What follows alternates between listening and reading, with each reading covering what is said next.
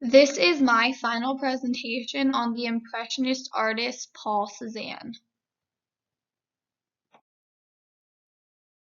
I am going to cover a biography of Cézanne, his four artistic periods, some of his well-known artworks, and his lasting impact.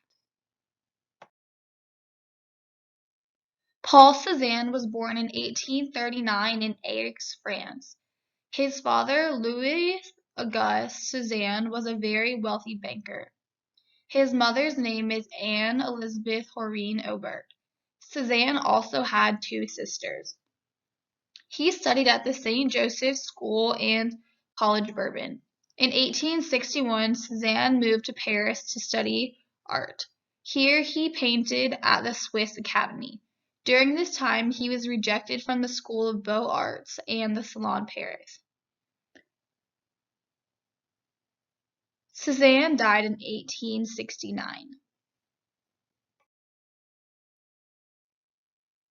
Cézanne had an affair with Marie Hortense Fouquet. She became pregnant and they had a child in 1872.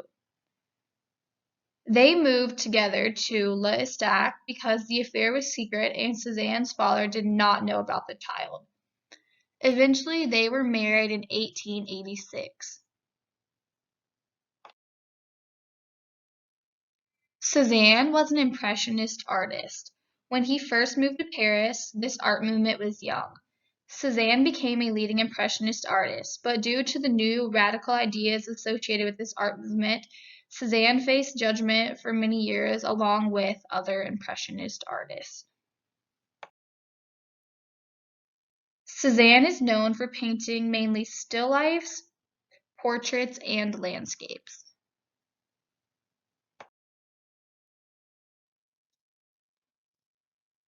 Cézanne's four artistic periods are the Dark Period, the Impressionist period, the Mature period, and the Final period.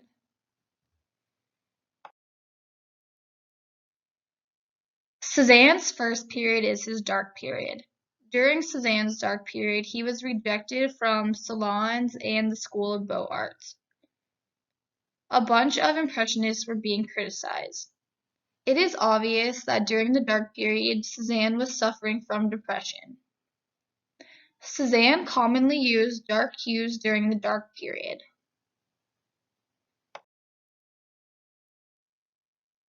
Cézanne's second period is the Impressionist period. During this time, Cézanne was living at L'Estaque with his mistress and son. Paintings during this period consist mainly of landscapes. To the right, a painting from the Impressionist period is shown. Mature period.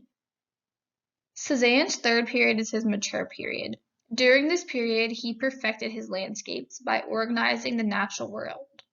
During the third period, Cézanne created Mont Saint-Victoire. To the right, Mont Saint-Victoire is shown.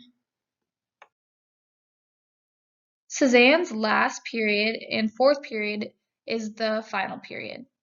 During this time, Cézanne lived in solitude away from his child and wife. Sometimes this period is known as the synthetic period.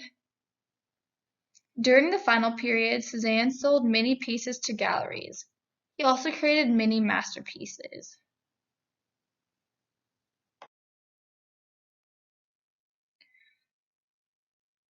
Here is a list of some of Cézanne's most famous pieces.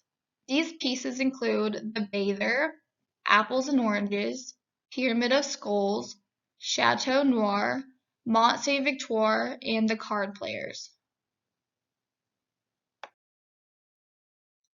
Here is a picture of Cézanne's Pyramid of Skulls.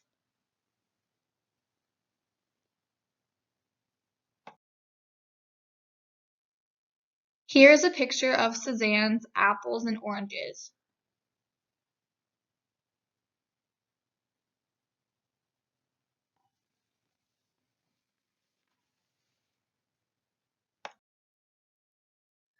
Lasting impact.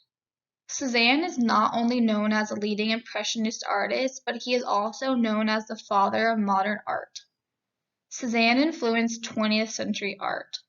His views on geometric shapes and perspective directly relate to the views of Cubist artists.